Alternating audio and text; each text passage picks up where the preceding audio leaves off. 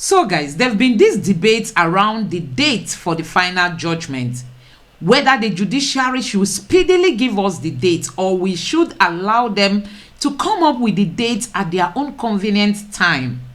So, guys, I'm going to allow you listen to what Dr. Ted got to say about this. All those cases, Labour Party, PDP, APM, APC, INEC, and Tinubu, all those cases they quoted, the judges are expected to go and read it to be sure that they are not telling lies. Because somebody could make reference and it is that thing there is not true. The judges are supposed to read all of them. They have to read all these things individually, make a meaning of those content by themselves, compare them with the existing laws, as I have mentioned, compare them with the Evidence Act, read all the witnesses' statements. For instance, let me give you, do you know that the mathematician that Labour Party brought, that the document he submitted there is almost up to 1,000, up to 200 pages, more than 100 pages. All those spreadsheets, all those calculations, the judges individually will have to hire their legal assistants to help them begin to punch those calculators to be sure that what mathematician said is true. They will read the whole thing that the mathematician did. They will read the whole thing that the other cyber security expert for PDP said. They will confirm indeed that everything that happened there individually. They will do it individually. And then they will now write their own judgment individually. And then they will come and sit down and have conference, 5 of them, where their judgments will be made public to themselves. If all of them agreed in the same direction, then one person will be elected amongst them to write the lead judgment. If one person differed, that person will now go back and write his own judgment why he differed. The other 4 will elect someone who will write a judgment on behalf of all of them. So you have 2 judgments, the lead judgment and the dissent judgment. Even though the lead judgment will be the final judgment for that particular litigation. But all these things are going to take time. To be honest, if I'm one of those judges, after collecting that, I said it before, that final address, if I have grandchildren, I would take my grandchildren, not even my children, and go to one farm somewhere, maybe in Obudu or in Taraba State, not vacation in Europe, where I will just see nature, play with my grandchildren, relax, pretend as if nothing is happening for 2 weeks so that my brain will calm down. I will then come and sit down and start working. I'm saying this because sometimes I review journals for some top journal companies. And in order to do that, you have to read every word an author puts down there. Compare it with existing theories. Do everything, make your own assessment, and then write your reasons for why you want the journal to be accepted or to be corrected or to be rejected. And so I actually think that whatever pressure that is being put on the judges may make them delay the more. Because if we are putting pressure on them to be thorough, then we have to give them the space and the freedom to be thorough. So I think they haven't done anything untoward so far, anything that should make us to be worried. They are still within the time frame allotted to them, and they have a lot of work to do. And remember, they will end up merging 3 cases together to deliver one judgment. They're going to merge the cases of PDP, Labour Party, and APM. They're going to have a way of summarizing all those things. So because the whole judgment of all these 3 big petitions will be delivered on one day. So they are writing 3 judgments. Judgment as per Labour Party, judgment as per APM, and judgment as per PDP. And they'll be delivered one day. Because the petitions court did not hear only one case. Previously, it used to be Buhari versus Atiku, or Buhari versus Obasanjo or versus Yar'Adua. But this one is Atiku versus Tinubu in one. That's a case that is independent of its own. And now Peter Obi versus Tinubu. That's another case. And then I've forgotten the presidential candidate of APM versus Tinubu. So these are three cases that will be looked at independently, the judgment written independently, and they'll be delivered the same day. So the same 6 months they had in the time of Buhari versus Obasanjo, Buhari versus Yar'Adua, and Buhari versus Tinubu, it's the same 6 months they have now for three cases that is equal to what they used to do before. So if you look at it that way, apply objective mind, then I will encourage us to continue the campaign, but let it not be the campaign of saying you must deliver the judgment today. Let it be the campaign of encouraging them and warding off the executive from taking them hostage. That's my own thoughts. I don't know. Yeah, thank you for that contribution. Honestly, these judges must be under serious pressure. We know the kind of environment we are living in. I mean, Nigeria, when it comes to politics, our politicians are ready to go to any length. We all saw what happened during the election. They can go to any length. And some people were even raising concern about these judges, if actually they are safe, assuming they make up their mind that they really want to dispense justice. Are their lives safe? Are they free from, all kinds of humiliation? Like we've seen, there was this was it a CJN that was removed, how he was removed, all sort of things that happened, especially. In fact, today someone called me. I was saying that his worry is not even people who are saying they must deliver. That as it is now, these people may have been looking for any kind of debt they will find on these judges. They magnify it and they use it to threaten them.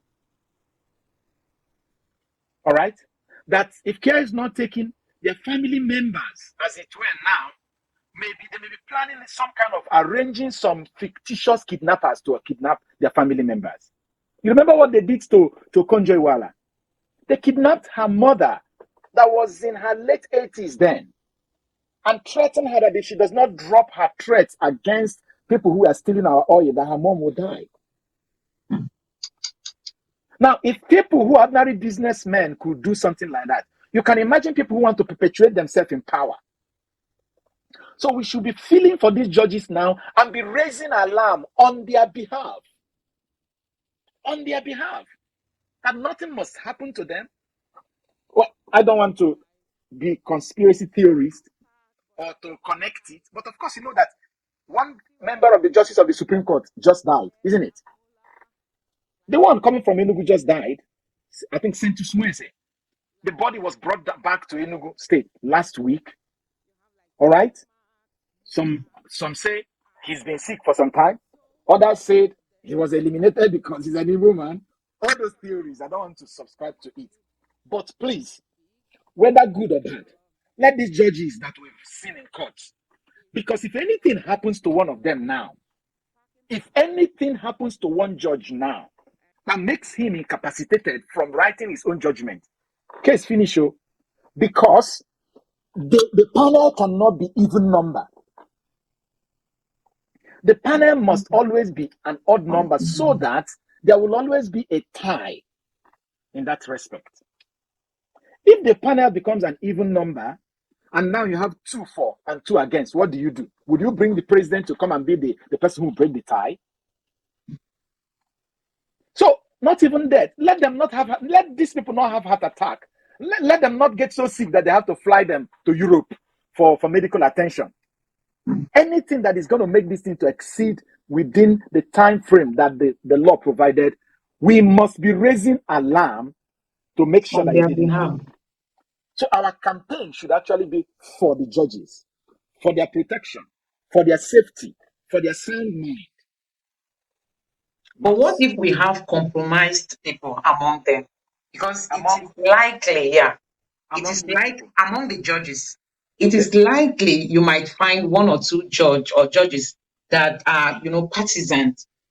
Of course. But that is why I said, and I keep saying it on this platform, that the shortcuts they usually enjoy, the mischief they usually leverage on, which was in Electoral Act 2010,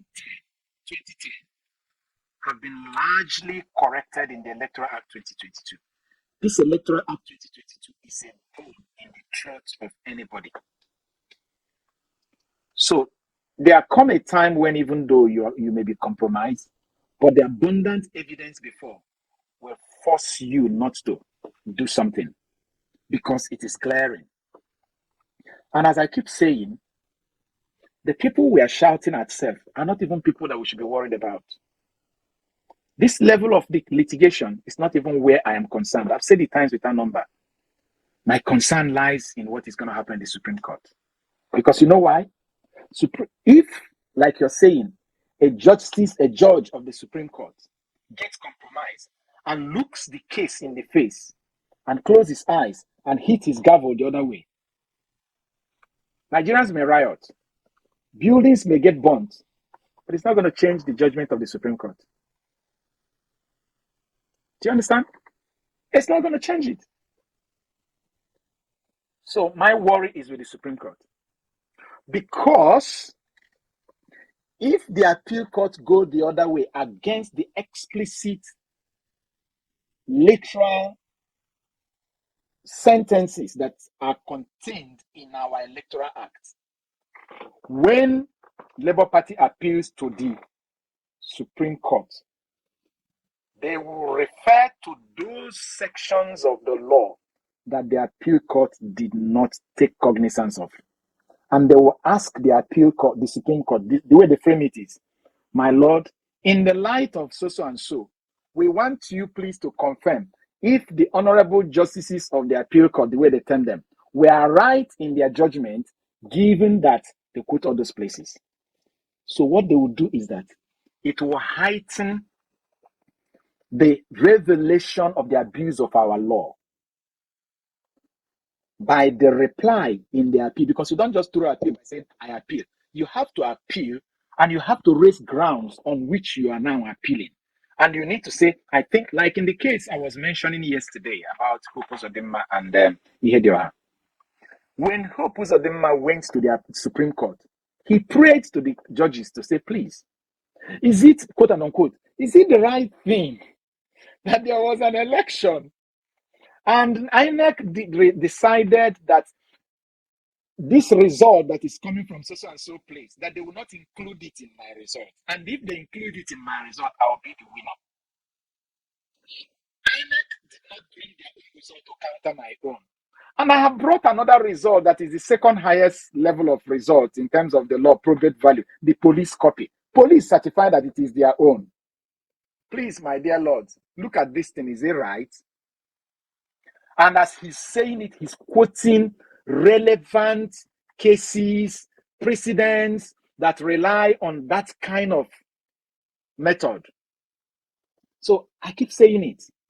Either way this particular appeal court goes, the lawyers of the Labour Party are equal to the task to spring. Remember what happened in Osun State. The lower court, the trial court, which is High Court, said that Adeleke did not win. But Adeleke, knowing that this Electoral Act gave him energy and power, he went to the appeal court. Appeal court gave him judgment. Then Oyetola went to the Supreme Court again. And the Supreme Court sustained the judgment of the appeal court. So I am not bothered. The people we should be worried about is not this level. Because this level is not the final.